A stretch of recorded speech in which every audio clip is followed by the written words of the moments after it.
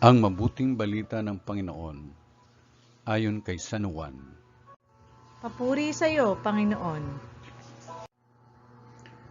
Noong panahong iyon, hinanap ni Felipe si Nathaniel at sinabi rito, "Natagpuan namin si Jesus na taga Nazaret, ang anak ni Jose. Siya ang tinutukoy ni Moises sa kanyang sinulat sa kautusan at gayon din ng mga propeta.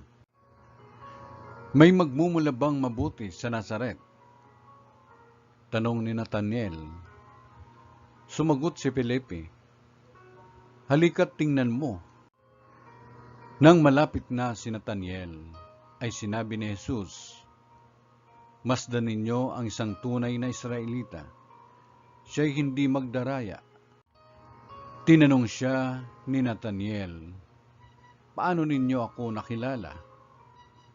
Sumagot si Jesus, "Bago ka pa tawagin ni Felipe, nakita na kita nang ikaw ay nasa ilalim ng puno ng igos." "Rabi, kayo po ang anak ng Diyos.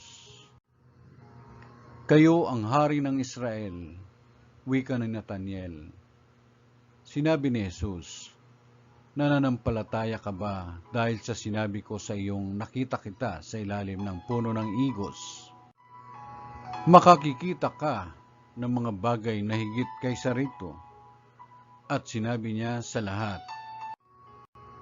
"Tandaan ninyo, makikita ninyong bukas ang langit at ang mga anghel ng Diyos ay manhik manaog sa kinaroroonan ng anak ng tao."